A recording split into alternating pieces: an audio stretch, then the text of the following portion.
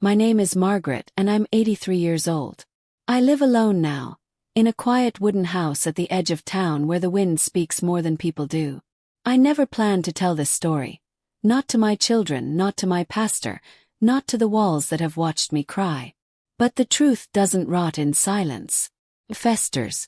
And sometimes, the only way to stop the rot is to cut it out and show the world the scar. I was 14 when my own mother led me into a room where 5 men were waiting. 5 grown men. Strangers. Their hands had the smell of liquor and dirt and something darker. Something rotten like the inside of a locked drawer. She told me I'd make us money. That I was ready. That this was what girls like me were for. I looked at her and begged with everything I had. My knees buckled. My voice cracked. She slapped me so hard my ears rang. "You owe me," she said. "Don't you forget who fed you." Then she locked the door from the outside and left me there. And I was never the same again. But what she didn't know, what none of them knew, was that one day I'd grow old. I'd grow strong in a different way. And I'd carry their sins on my back until I was ready to burn the whole rotten truth down. That day came 69 years later. And I had receipts. But let me take you back to the beginning.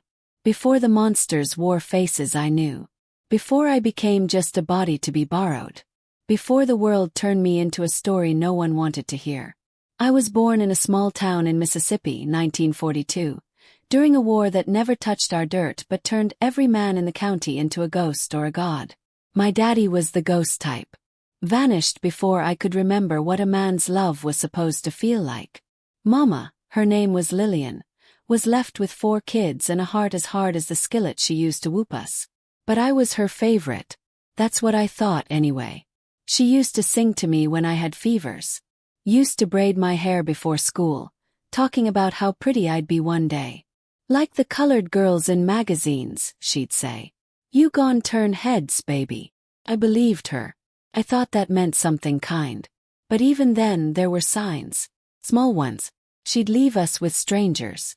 Take money from men and tell us to call them uncle.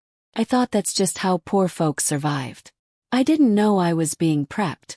I didn't know I was being packaged.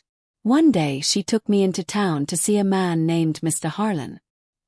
He ran a boarding house, but nobody ever saw people go in or out unless they were women. Young ones with makeup too heavy and laughter too thin. He looked at me and smiled like a butcher eyeing a calf. "Pretty thing," he said. "You sure she ready?" Mama didn't even flinch. She just nodded and held out her hand. What did she get that day? $20. 30. I got a bruise that didn't fade for 3 weeks. But it didn't start full-blown. It started with grooming. Little errands. Little touches. Being told to sit in laps and smile wide. Then the late-night visits. Then the locked doors. I tried to tell someone once. A neighbor lady. She slapped me across the face and said, "Don't lie on your mama. You think you better than the rest of us." That's when I learned the worst monsters don't just hide under beds. They host Sunday dinners. They run schools. They raise children of their own. And the worst part, I still loved my mama. Even as she hurt me, I thought maybe if I obeyed just right, if I smiled just enough, she'd love me back the way mamas are supposed to. But love doesn't come through pain. That's a lie abused girls tell themselves to survive. I was 15 when I ran away the first time. Walked miles barefoot, blood in my shoes, just to end up on a stranger's porch begging for work. A widow took me in, fed me, gave me a cot. I thought maybe my life was turning. But Mama came for me 2 weeks later, with the sheriff. Told him I was wild and needed discipline. He handed me right back over. "You gon' get it worse now," she whispered in my ear. And I did. That night I saw something in myself die. But something else was born too.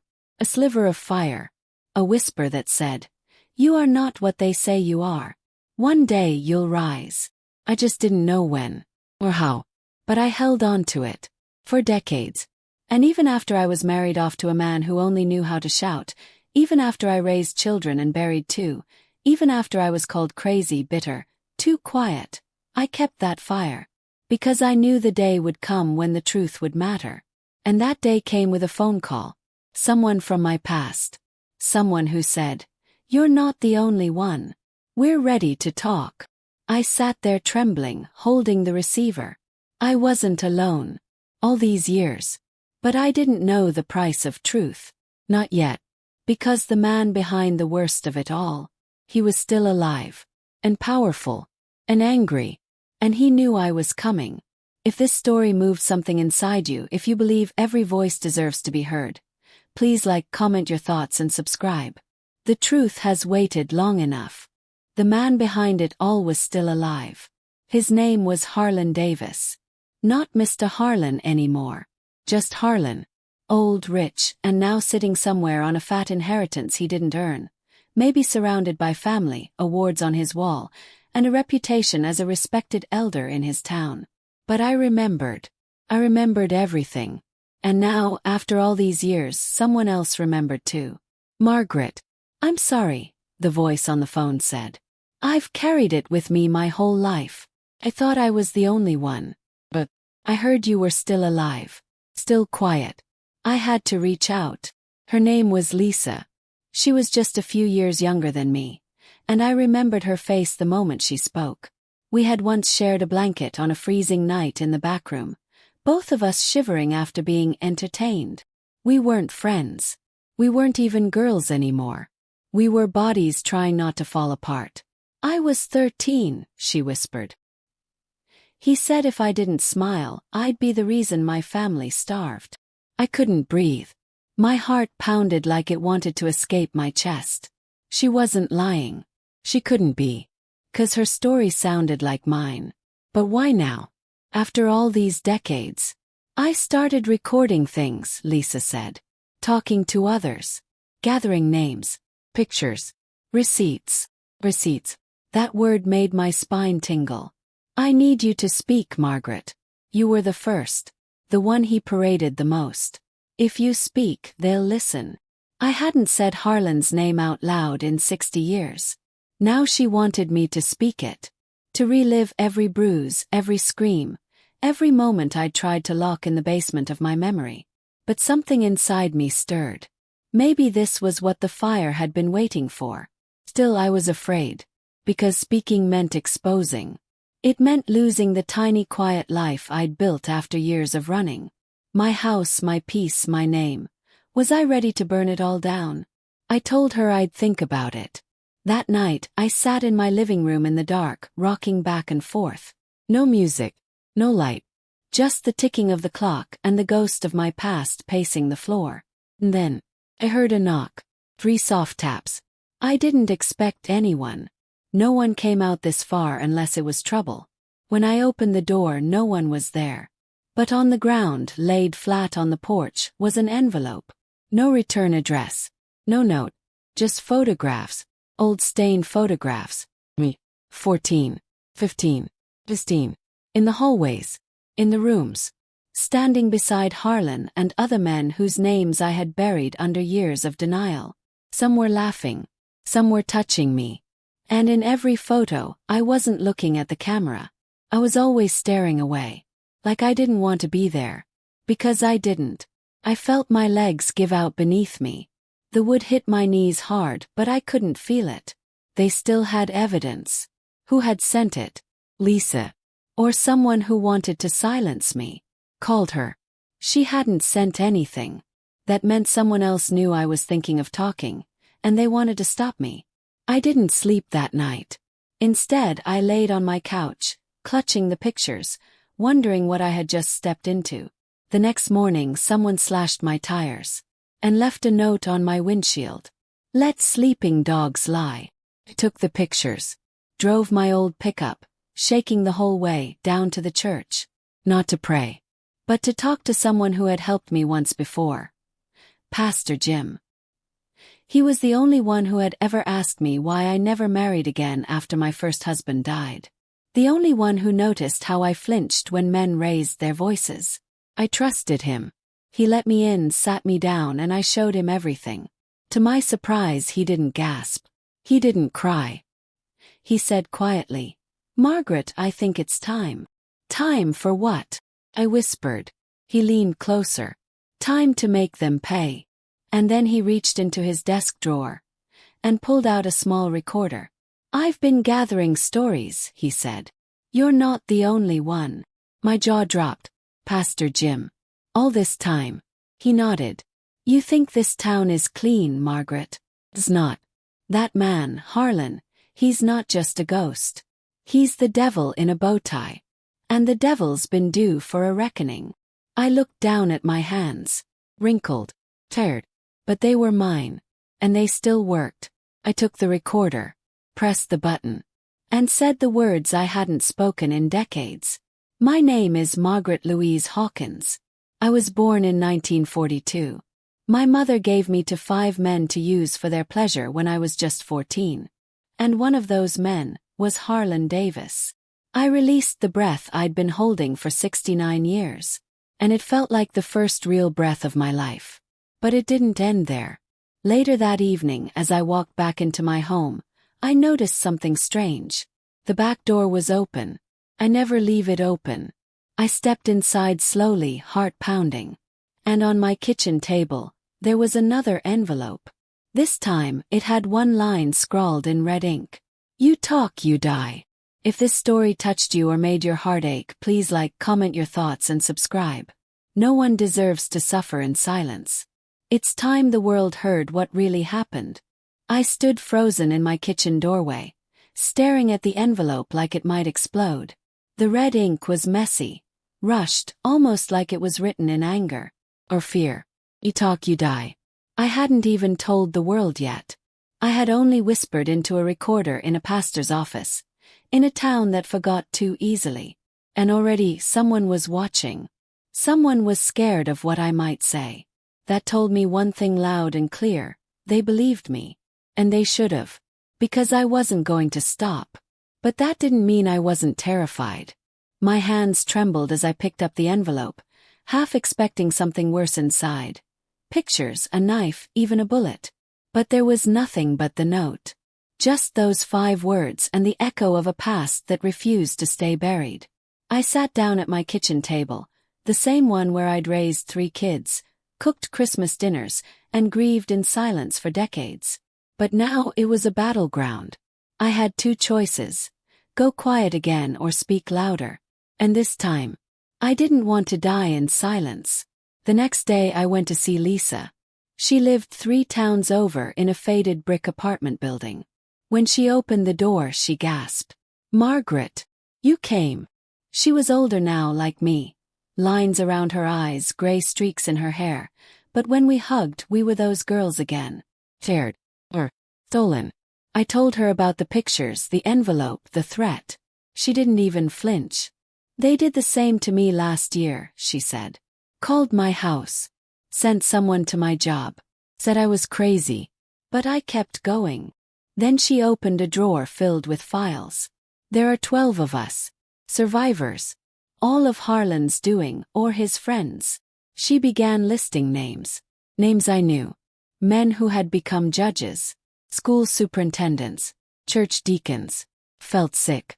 "They're scared," she said. "Because they think old women like us won't fight back." She looked me in the eye.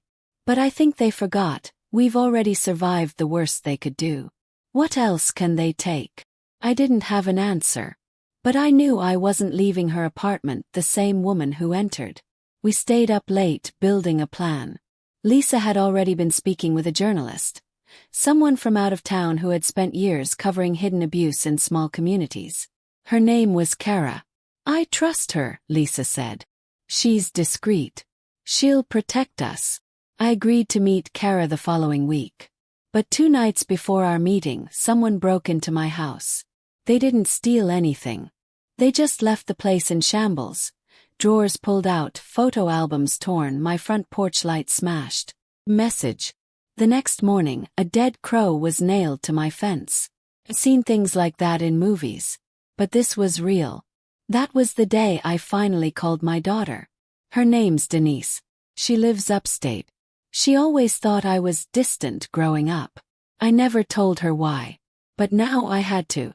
When she picked up, I was already crying. "Baby," I said, "there's something I need to tell you about your grandmother." "About me?" She listened for over an hour. Didn't interrupt. Didn't question. When I finished, there was silence. Then she said, "Mama, you should have told me a long time ago. I'm here now." That meant more than she'll ever know. She drove down that weekend. And when she saw the crow on the fence, her jaw tightened. "We're going to war, aren't we?" she said. He nodded. The meeting with Kara happened in secret. In a diner an hour from town. She was young, fierce, with eyes that missed nothing. She already had Lisa's testimony. Now she wanted mine. But I was nervous. What if they come after my family? Yes. Kara leaned in. "If you stay silent, they already have." That settled it. He spoke. For 3 hours. Through tears, rage, and silence. When I was done, Kara didn't say anything right away. Then she said, "I believe you. And when this comes out, the world will too." But we weren't ready for what came next. 3 days later, Lisa's apartment caught fire. They said it was electrical. But I knew better. She survived barely.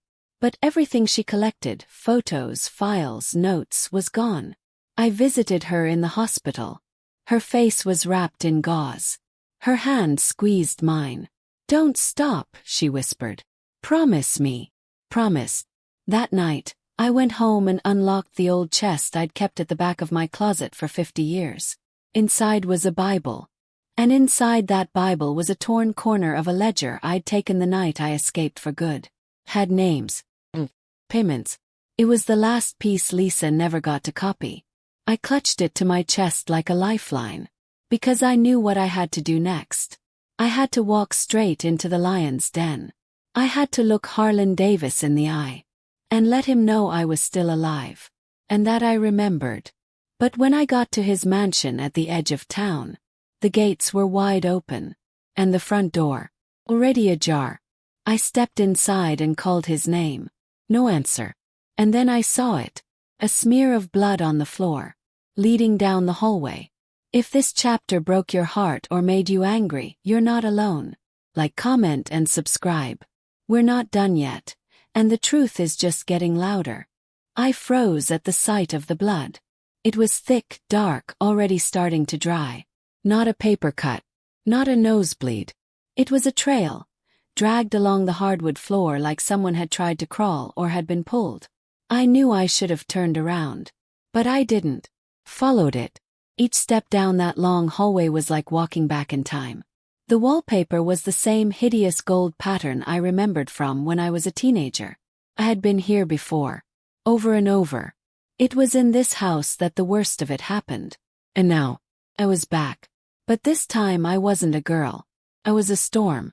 And I wasn't here to be touched. I was here to take everything. The blood led into a den. The lights were off, but the curtains were open, letting in the dying orange of sunset. And there he was, Harlan Davis, lying on the floor, still breathing, barely. There was a gash on his head and a phone off the hook next to him. Blood was smeared across the rug, his hands, and the edge of the heavy glass ashtray that lay inches away. I stood there shaking. I couldn't move. Then he looked up at me. It was cloudy, weak, but he knew me. "Margaret," he croaked. It was the first time he'd ever said my name with anything but smugness. No power behind it now. No control. Just fear. For a second, I wondered if this was divine justice. If God had finally answered the screams I buried in silence. But then I heard a sound behind me. Soft click. Of a gun. "You weren't supposed to come here," a voice said. Turned slowly. It was Tom Patterson. Another name from the past. One of the men who used to be in the rooms. He had been a sheriff back then. Now retired. Or so they said. "You girls just don't know when to leave the past alone," he growled. "You talk like you're saints now, like you didn't take the money. You forget you were nothing but." "Finish that sentence," I said. He lifted the gun. "Don't make me." My voice didn't shake. "You already did. You made me into something I had to survive. You don't scare me anymore." Then I heard another sound. Door creak. And out from the hallway stepped Denise, my daughter. Phone in hand, recording. Her voice was clear, cold. You just confessed on camera, you piece of trash. Tom's eyes widened. He turned toward her. He acted fast, grabbed the ashtray off the floor and slammed it into his side. The gun went off, shattering a vase. He stumbled, groaned, and dropped the weapon. Denise kicked it away. He dropped to the floor. Furious, humiliated. I stood over him. The same man who used to sneer at me while buttoning his pants after robbing me of my childhood. Go ahead, I said. Call me a liar now. But he didn't speak. Because power only exists if we stay afraid. By the time the police arrived, real ones from the state, we had the whole thing recorded. Harlan was taken to the hospital. Tom was arrested. And my name. It was about to make the headlines. But that was just the start. The fallout came fast. Kara, the journalist, ran the story. She included Lisa's testimony, mine, the photos, the ledger page, the recording. And suddenly, small-town silence became national noise. Church leaders stepped down. A former school principal disappeared. Old women began to speak. And survivors, dozens, came forward. From other towns, other states. Turns out Harlan and his friends had connections. For decades, they had traded girls like livestock between communities. And no one had ever stopped them because they were respected. They were rich. And their victims were poor, scared, and shamed into silence. But not anymore. One night Kara called me. We got word, she said. The state is launching a full investigation. Your testimony was the key. I felt like my knees would give out. I sat down slowly. After all this time, they're finally listening. She hesitated. Yes. But Margaret, there's something else. I braced myself. There's another name that keeps coming up. One we didn't expect. Someone who might have been involved in getting you placed in that situation from the beginning. My breath caught. Who? I asked. She hesitated again. Your mother didn't act alone. There was a woman working with her, arranging things. And we think it was her cousin, your Aunt Julia. I felt like someone had poured ice water down my spine. Aunt Julia. She had babysat me, held my hand at church, brought me biscuits when Mama was mean. I had loved her. But suddenly memories clicked. The time she took me to that back room and said, "You be nice to Mr. Harlan now." The time she handed Mama an envelope and smiled at me without really seeing me. She wasn't just a bystander. She was part of it. I dropped the phone. Tears burned my eyes. How deep did this betrayal go? How many of the women in my life had been part of my destruction? Was anyone innocent? Denise sat beside me, holding my hand. You don't have to go through this alone, she said. But I'd already decided. I needed to confront Julia, face to face. Because only when the whole truth came out would I finally be free. But when I knocked on Julia's door the next day, she answered, and smiled, as if nothing had ever happened. If this chapter broke your heart, if you believe silence has gone on long enough, please like, comment your thoughts and subscribe. The truth deserves the light. And justice has just begun. She smiled. As if nothing had ever happened. As if she hadn't led me into that darkness. As if she hadn't been there when my childhood was auctioned off one night at a time. As if the pain etched into every bone in my body wasn't, in part, her doing. I stood frozen on her porch, the summer heat pressing down on me, my heart racing. Aunt Julia was in her 80s now too, hair silver, hands wrinkled. But behind her gentle eyes, I saw something else. Something I hadn't been ready to face until that moment. Complicity. Margaret, baby, she said sweetly, reaching for a hug. I stepped back. The confusion in her eyes was fake. Practiced.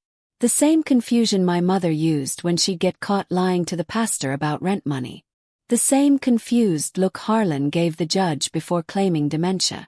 Why are you here? Asked, my voice cold. Her smile faded just a little. To see me, I hope. No, I said, and I pulled out the copy of the ledger page. I came to ask you how your name got into this. She stared at it. Her hand trembled slightly. She didn't deny it. Where did you get that? she asked quietly. The same place the police are going to get it. The same place the news got everything else. Silence. Then she opened the door wider. Come inside, Margaret. We can talk. I almost didn't. Every instinct in my body screamed to walk away. But part of me needed to see this through. I stepped inside, into the house that once smelled like cinnamon and fried okra. Now it smelled like secrets and dust. We sat at the kitchen table. She didn't look at me. I never touched you, she began. I didn't say you did. I didn't know what they were doing to you. That's a lie. She flinched. Finally she looked at me. And what I saw in her eyes wasn't guilt. It was fear. I was young, she said. Broke. Your mama needed help. Harlan offered. To buy me, I snapped. He offered to buy your niece and you said yes. She put her hands over her face. Her shoulders shook. Do you think I don't live with it every single day? No, I said. I don't think you live with it. I think you buried it. And now you're scared because the dirt's been dug up. She started crying. Real tears, maybe. But they didn't move me. I trusted you, I said softly. You knew Mama was cruel. But you weren't supposed to be. You were supposed to be the one who loved me.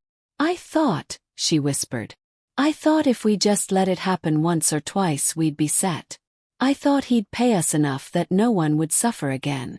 You thought wrong. Understood. You'll be hearing from the investigators. You better start writing your apology now, Julia. Because when this goes to trial, the world will know exactly what kind of woman you are. She didn't stop me as I left. But I heard her voice behind me. I'm sorry, Margaret. And for the first time in my life I said the words back. I'm sorry too. But I didn't mean it the way she thought. I was sorry that she'd get to live out her old age in a house with curtains, while I had to rebuild a soul ripped apart in a backroom at 14. As I drove home, my mind was racing. Lisa was still in the hospital. Kara was preparing the next article, one that named names. And me. I was receiving anonymous letters almost daily now. Most were threats. Some were bribes. One had a check for $10,000 in it. I burned that one. They thought I could be bought again. They still didn't understand. I wasn't fighting for revenge anymore. I was fighting for the girl I used to be. The one who had to bite her tongue until it bled just to survive. And I was fighting for every girl after me. The trial date was set for October. And just 2 weeks before it, the news broke. Harlan Davis had died. Found in his hospital bed. No sign of trauma, no foul play. Instead, some said it was guilt. Others said it was fear. Or maybe he'd just lived long enough to see the beginning of his downfall and couldn't take the rest. I didn't cry. I didn't smile either. Because justice wasn't just about him. It was about all of them. Every man who paid. Every woman who helped. Every officer who turned his head. Every teacher who ignored the signs. Every church member who saw the bruises and stayed silent. They were still alive. And I was still coming for them. But then, Lisa called me. I remember something, she said, her voice weak but urgent. There was one man. One who was always watching us but never touched us. Always at the back of the room. He had a camera. Froze. A camera. Yes. She nodded. He filmed everything. He said it was insurance. That if anyone talked, he'd release the tapes. Chill ran through me. Do you remember his name? There was a long pause. Then she whispered it. And it was a name I knew. Very well. Because he was now the mayor of our town.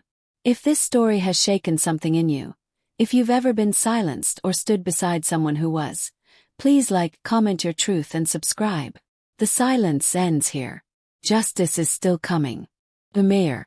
The man who shook hands at parades, kissed babies during elections, and stood at pulpits quoting Bible verses about justice. His name was Jonathan Reeves. And I had trusted him. We all had. He was one of the good ones, they said. A hometown boy who rose to power. Philanthropist. A man who gave scholarships, donated to shelters, and prayed loud enough for everyone to hear. But now I knew the truth. Lisa remembered him clearly. He was always there. He never touched us, but he watched. Always in the corner, holding that damn camera. Once, I saw him give Harlan a tape. I wanted to scream. Wanted to run into City Hall and drag him down those polished marble steps by his expensive suit. But I couldn't. Not yet. Because if he really had those tapes, if he was the one holding the last piece of evidence we needed, then I had to be smart. So I called Kara. Her silence on the line told me she was thinking exactly what I was. If we can find those tapes, she said, we can blow this whole thing wide open. No more, he said, she said. This would be undeniable. But how do we get them? Asked. He paused. Then said, we don't. You do. I sat back in my chair. My old spine aching, my hands stiff from age and years of factory work. You're asking an 83-year-old woman to go toe-to-toe with a man who's protected by every inch of power this town has ever had? She didn't flinch. Yes. I stared at the ceiling for a long time. Then I nodded. Fine. Tell me what I need to do. The plan was simple on paper. I'd go to the mayor's office under the guise of thanking him for supporting survivors. The case had made headlines now, and the public was furious. Jonathan had released a statement earlier that week, claiming he was sickened by the allegations, and that he stood with the victims. I wanted to throw up when I read it. Kara would wire me with a hidden microphone. If he said anything incriminating, we'd have it. If I could find out where the tapes were, even better. I wore my nicest dress. Navy blue. The same one I wore to my grandson's graduation. I wanted him to see me as someone he could underestimate. The front desk lady recognized me instantly. Mrs. Hawkins. The mayor said you might stop by. Course he did. He was expecting me. I was led into his office. Smelled like cologne and power. Polished floors. Books that looked read but weren't. And there he was, Jonathan Reeves. Silver hair, perfect posture, smile like a pastor on Sunday morning. Margaret, he said warmly, rising to shake my hand. What an honor. I took his hand. It was cold. Thank you for seeing me, I said calmly. He gestured for me to sit. Small talk came first. He asked about my family. My health. Then he leaned in, pretending to be concerned. I just want to say how brave you are. What you're doing. It's important. The town owes you gratitude. I tilted my head. Do we? He blinked. Just for a moment. Then smiled again. Yes. And I want you to know if there's anything I can do. Donations, public support. Just say the word. I leaned forward. There is one thing, I said. I need help remembering. There were cameras back then in Harlan's house. Someone was filming us. He didn't move. Silence. Then. That was a long time ago, Margaret. Sometimes our memories. They mix things up. No, I said. Mine doesn't. Another pause. His mask slipped just a little. If such tapes ever existed, he said slowly, they're long gone. But they did exist. He blinked again. I didn't say that. Yes, you did. Just now. He straightened. His voice dropped an octave. This conversation is over. Understood. Only. Thank you for your time, Mr. Reeves. And I walked out. Heart pounding. Hands sweating. I got into my car, pulled off the wire and handed it to Kara, who was parked down the street. You got it? Yes. She nodded. Her face pale. It's not a confession, but it's close. He slipped. But something about it didn't feel like enough.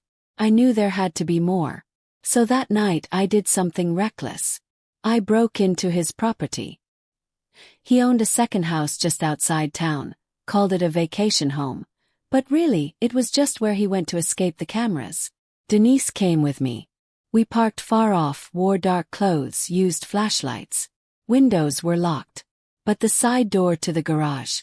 Open. We crept in. The house was cold and spotless. No pictures. No warmth. Just walls and whispers. We checked room after room. Nothing. Until we found the basement door. It was locked with a keypad.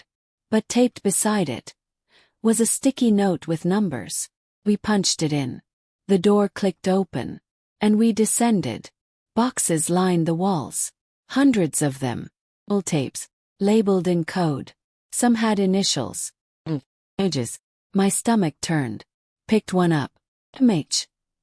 July 1957. That was me. Oh God, I whispered. Denise put her arm around me. Take it, she said. Take as many as we can carry. We filled 2 bags. Ran out as fast as we came in.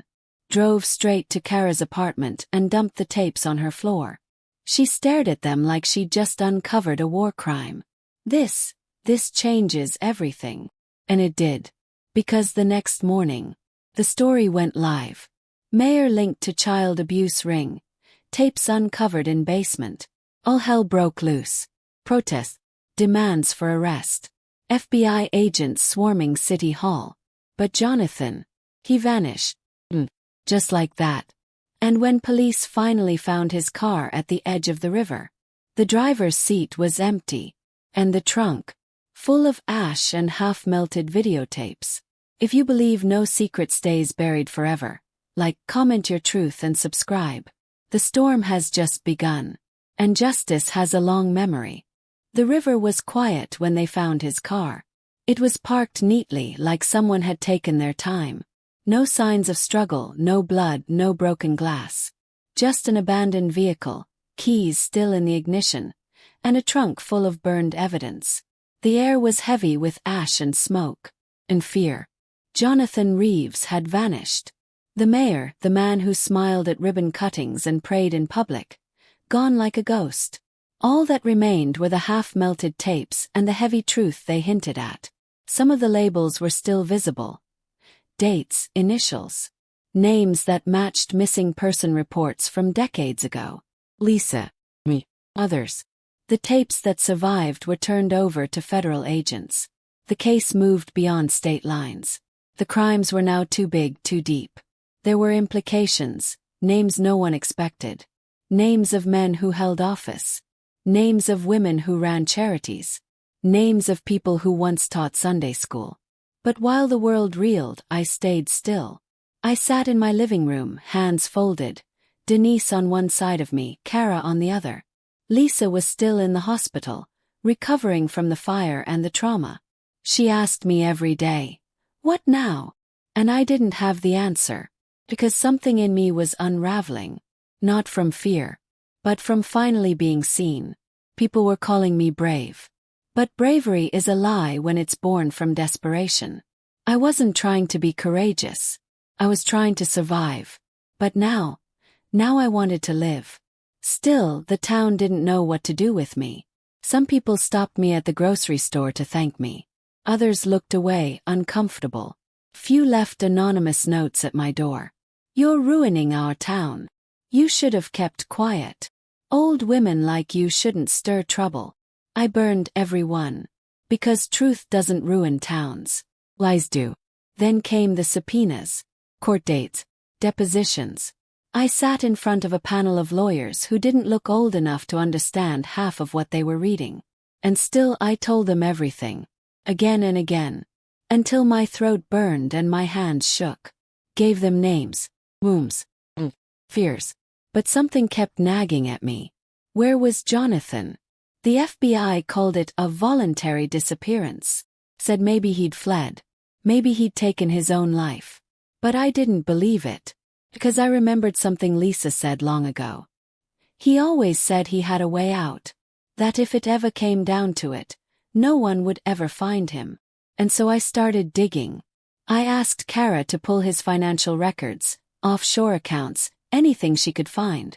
Denise filed a Freedom of Information request. We combed through every record we could get our hands on. And finally, flight log. From 2 days before the car was found. Private jet. Destination Honduras. Passenger manifest listed one name. Fake one. But the birthday matched. He was gone. Living free. And the justice system. Too slow to catch him. That night I sat on my porch. Alone. The stars above me were clear. The wind gentle. And I asked myself, was it worth it? Was it worth dragging my pain into the open? Was it worth losing the safety I'd built? The answer didn't come easy. But when I closed my eyes, I saw her. The little girl I used to be.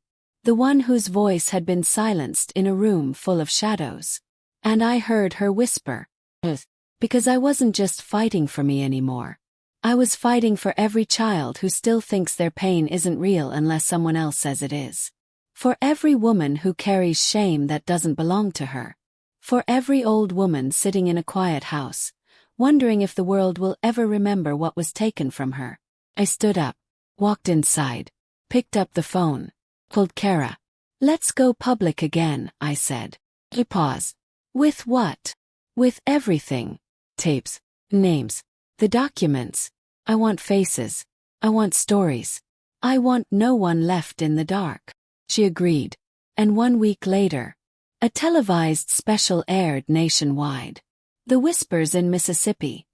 Survivors of a hidden ring speak out. I was the first face on screen. No makeup. No fancy lighting. Just me. An old woman. Is tired. Voice steady. Telling the truth. For an hour the world listened. They listened to Lisa's voice, still frail but fierce. They listened to Denise, who spoke of her mother's strength. They listened to Kara, who read the names of those who never got to speak. And for the first time, we weren't background noise. We were thunder. But even in the wake of that storm, another letter arrived. No stamp. No address. Just one sentence inside. "You've said too much. And we're still watching." If this story stirred something in you, if you believe no one is too small to speak truth to power, please like, comment with your thoughts and subscribe. The fight isn't over. And every voice counts. You've said too much. And we're still watching. The letter sat on my kitchen table like a ticking bomb. No envelope this time. Just the words printed in block letters on plain paper. Typed, not handwritten. Clean. Cold. Threatening. Denise wanted to call the police immediately, but I shook my head. "No," I told her. "This isn't fear. This is desperation. They're running out of places to hide." She looked at me like I was losing it. Maybe I was. But after everything I had lived through, after everything they took from me, what was one more shadow trying to scare me? I had already danced with the devil in his house and walked out alive. But Kara wasn't so calm. She took the letter, had it dusted for prints, ran the type through databases. Nothing came up. Whoever sent it had covered their tracks. But I wasn't interested in ghosts. I wanted justice. The case moved forward faster than expected. After the televised special aired, victims poured in from all over the South. Women, now in their 70s and 80s, began calling news stations, lawyers, church elders. Some had buried their stories for 6 decades. Some had tried to tell someone once, only to be called liars. But now, they weren't alone. The governor released a statement. A formal investigation was launched into the child abuse ring that had operated quietly in the South for over 50 years. Subpoenas flew. Homes were raided. Arrests were made. And names began to fall like dominoes. One by one, powerful men crumbled. Retired sheriffs. Wealthy landowners. Former preachers. Women too. Accountants who helped hide the money. Teachers who failed to report suspicions. Even a few social workers who'd been paid to look the other way. But none of it gave me peace. Because Jonathan Reeves was still gone. And then came the call. A blocked number. No voice. Just heavy breathing. Then a single word. "Whore." I didn't even flinch. I just hung up and called Kara. She was silent for a while. Then she said, "We're going to end this. Not just legally. Publicly." Her next article would name Jonathan as the orchestrator of the archive tapes. She had the flight logs, the offshore account transfers, the handwritten receipt with his fake name and real signature, given to a private security firm in Honduras. We had enough to expose him. But before we could publish, Lisa died. The fire damage had left complications. Her lungs had never fully healed. She died in her sleep. Peacefully, they said. I didn't believe it. Kara didn't either. We both knew. Lisa was the heart of this fight. And now she was gone. I sat at her funeral in the front row, clutching Denise's hand, watching as a small crowd gathered to say goodbye. Most didn't know what Lisa had survived, what she'd fought for, what she'd risked.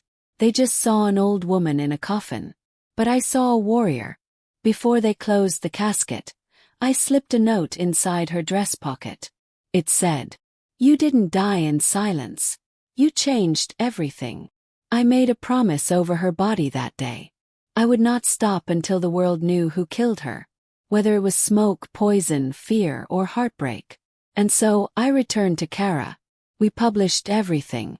The final article went live at midnight. The mayor, the tapes, and the network that bought children. An American truth. It exploded across social media. Picked up by major outlets. International coverage. Reporters camped outside the city hall, schools, courthouses. And then came the FBI announcement. Jonathan Reeves had been spotted.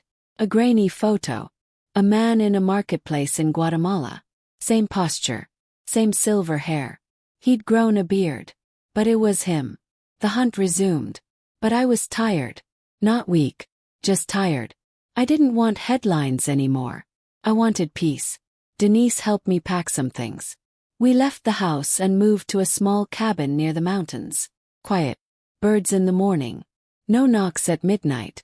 I planted a small garden. Lettuce. Tomatoes. Lavender. I needed to feel something grow again. And then, one morning Kara showed up at my door. She was shaking. "He's dead," she said. "Jonathan." She nodded. "Found shot in the chest in a jungle compound. No witnesses. No suspects. No arrest. Just a body with a bullet in the heart and a face frozen in terror." I sat down slowly. "Good," I whispered. Kara looked at me. "No guilt." I shook my head. "There's a difference between forgiveness and forgetting. I didn't come all this way to feel sorry for a monster." She smiled. Softly. And then she pulled out a flash drive.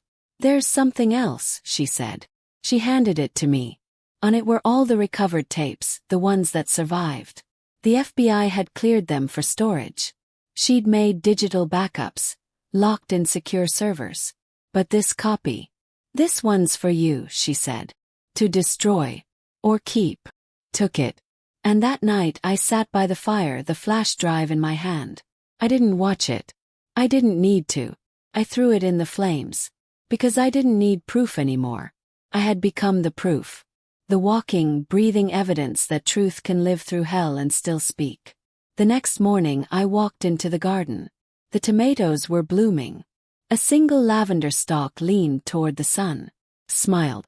For the first time in years. I smiled without pain behind it. This story doesn't end with justice in a courtroom. It ends with me. Still alive. Still here. Still unbroken. And if you're reading this, if you've survived something no one else believed, let me say it clearly. Believe you. You matter. And it's never too late to take your story back. If this story gave you strength, made you cry, or reminded you that healing is possible, please like, comment your truth and subscribe. Because sometimes, surviving is the most radical justice of all. And you're not alone.